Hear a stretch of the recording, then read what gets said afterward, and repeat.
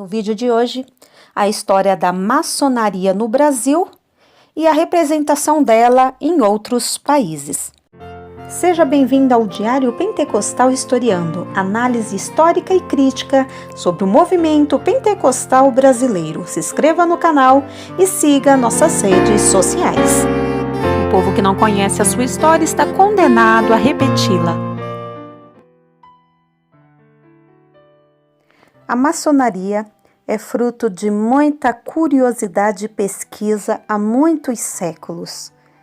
Por isso, trouxe aqui no canal uma série com 9 vídeos falando sobre os demais assuntos maçônicos, princípios, fundamentos, ritos, cargos, graus, a maçonaria no Brasil e outros assuntos mais. O objetivo de trazer este assunto no canal é para que os inscritos no canal tenham um mínimo de base, de conhecimento do que se trata a maçonaria e, a partir daí, poder analisar, observar e tecer seus comentários sobre o assunto.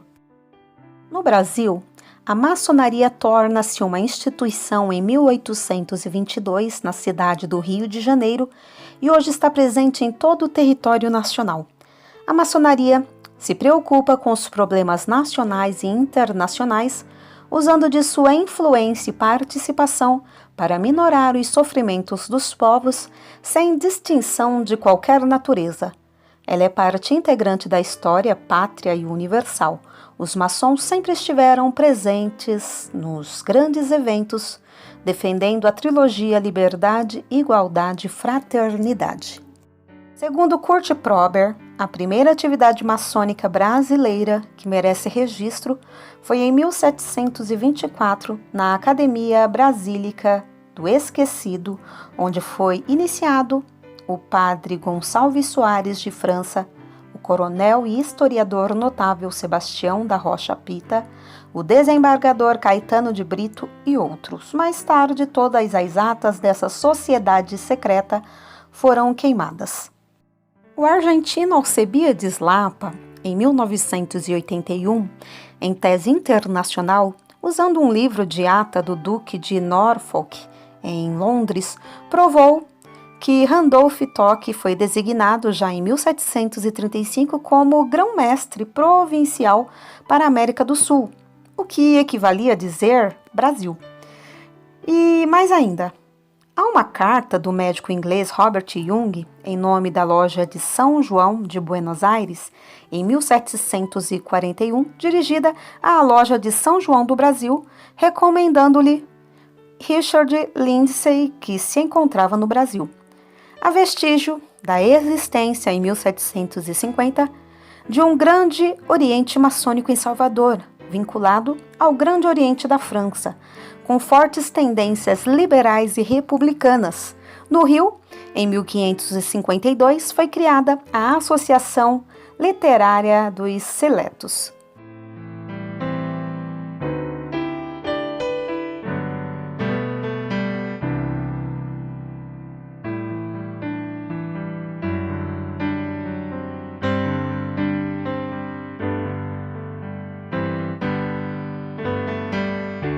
Embora tenha a maçonaria brasileira se iniciado em 1797 com a loja Cavaleiros da Luz, criada na povoação da Barra, em Salvador, Bahia, e ainda com a loja União, em 1800, sucedida pela loja Reunião, em 1802, no Rio de Janeiro, só em 1822, quando a campanha pela independência do Brasil se tornava mais intensa, é que iria ser criada a primeira obediência com jurisdição nacional, exatamente com a incumbência de levar a cabo o processo de emancipação política do país.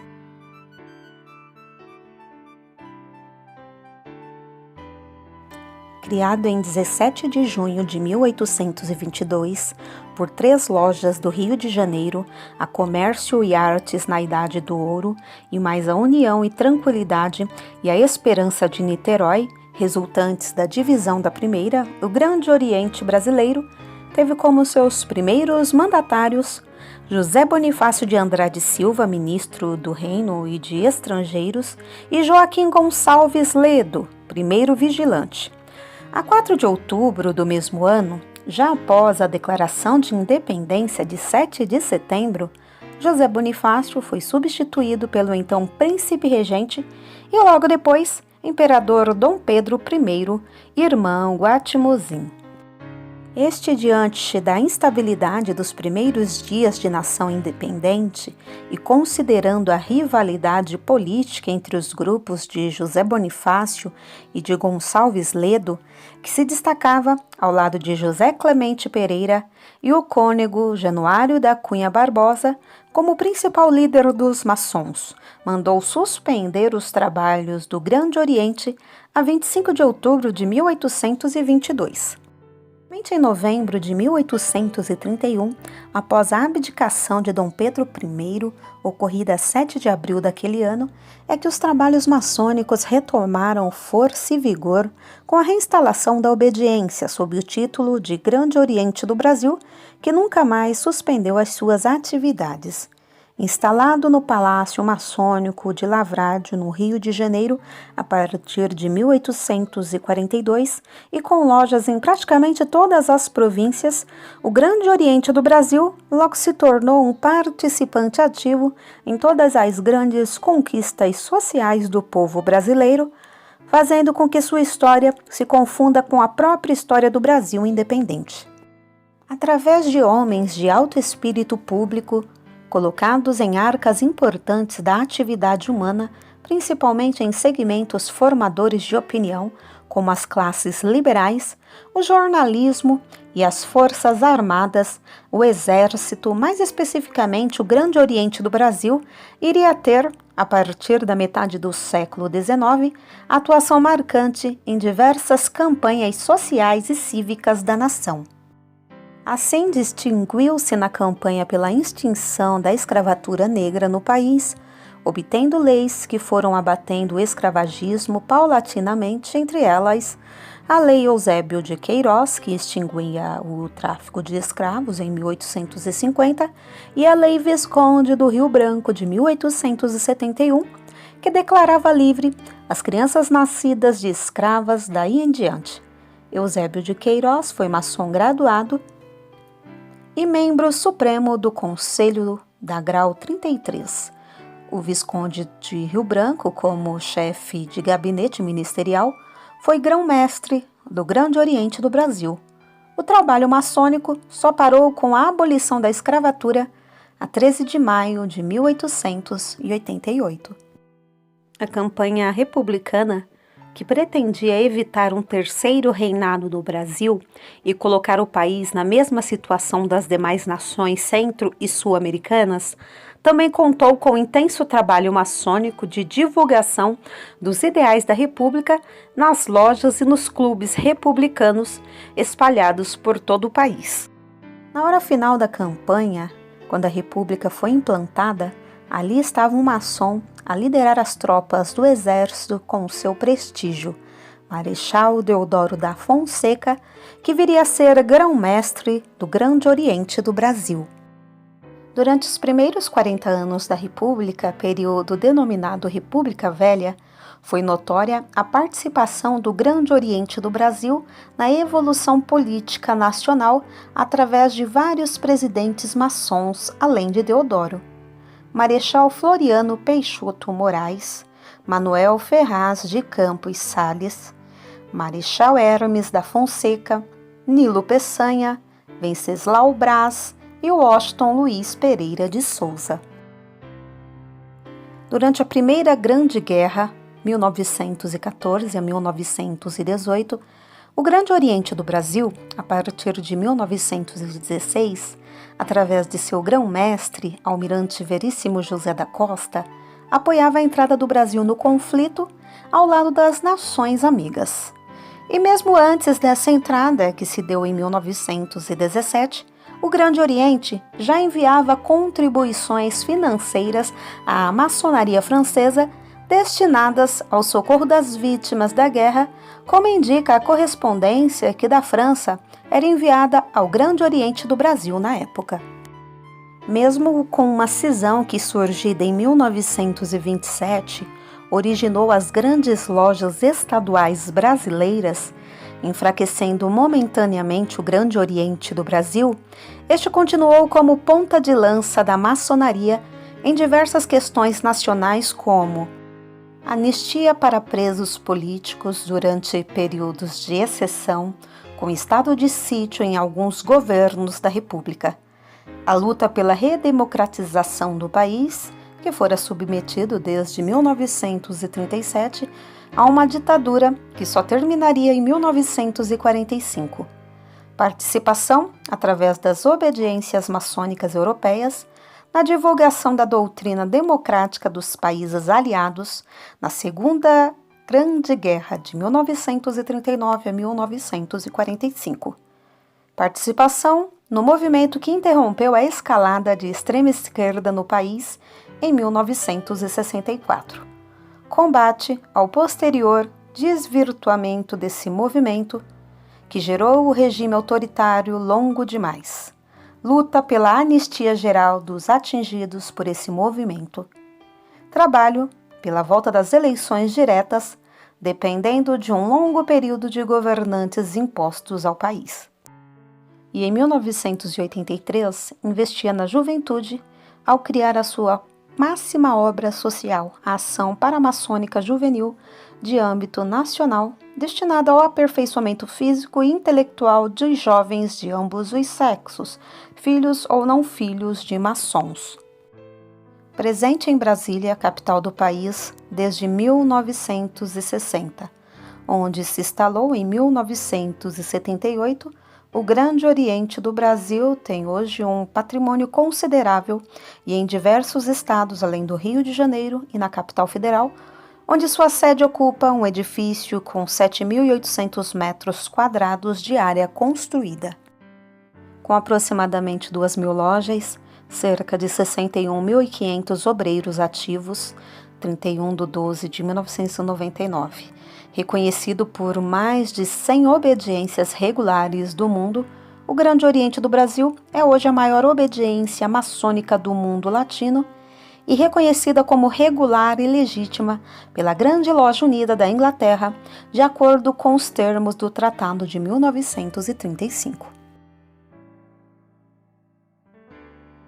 Estados Unidos da América. Há duas possibilidades na maçonaria americana, para além de ser o país com o maior número de maçons, quais sejam a existência paralela de dois sistemas independentes, um para negros e outro para brancos, baseados nos mesmos modelos.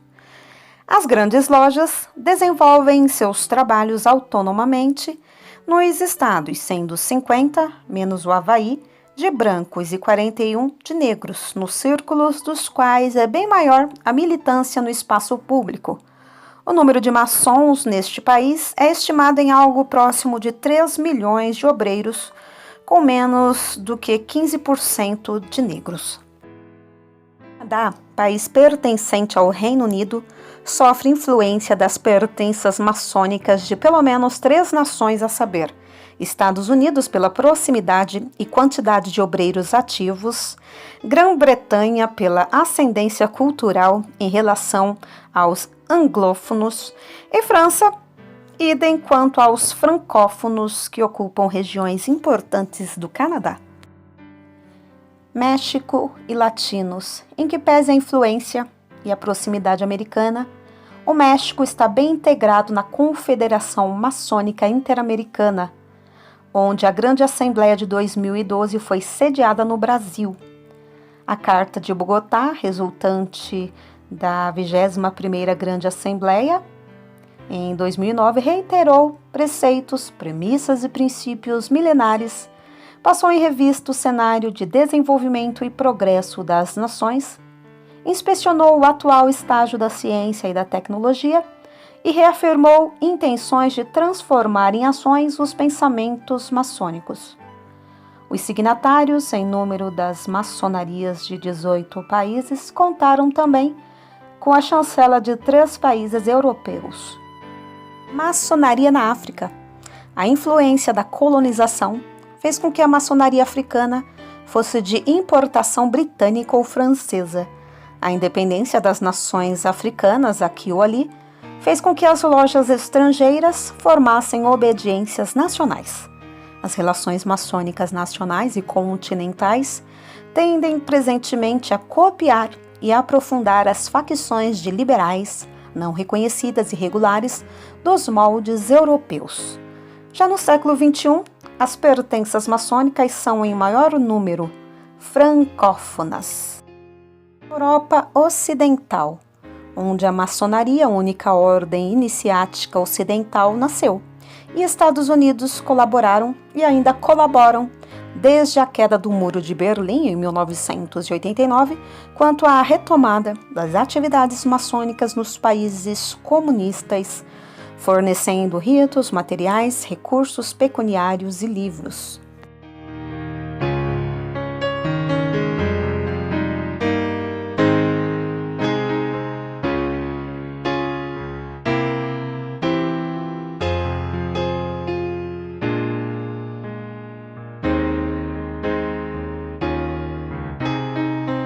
Se ainda não é inscrito no canal, se inscreva no canal para assistir os outros 8 vídeos sobre a série Maçonaria. Porque nada podemos contra a verdade, senão pela verdade. Segunda carta aos Coríntios 13:8. Se você gostou do conteúdo deste vídeo, se inscreva no canal, deixe o seu joinha, compartilhe e ative o sininho para receber do YouTube as notificações dos novos vídeos.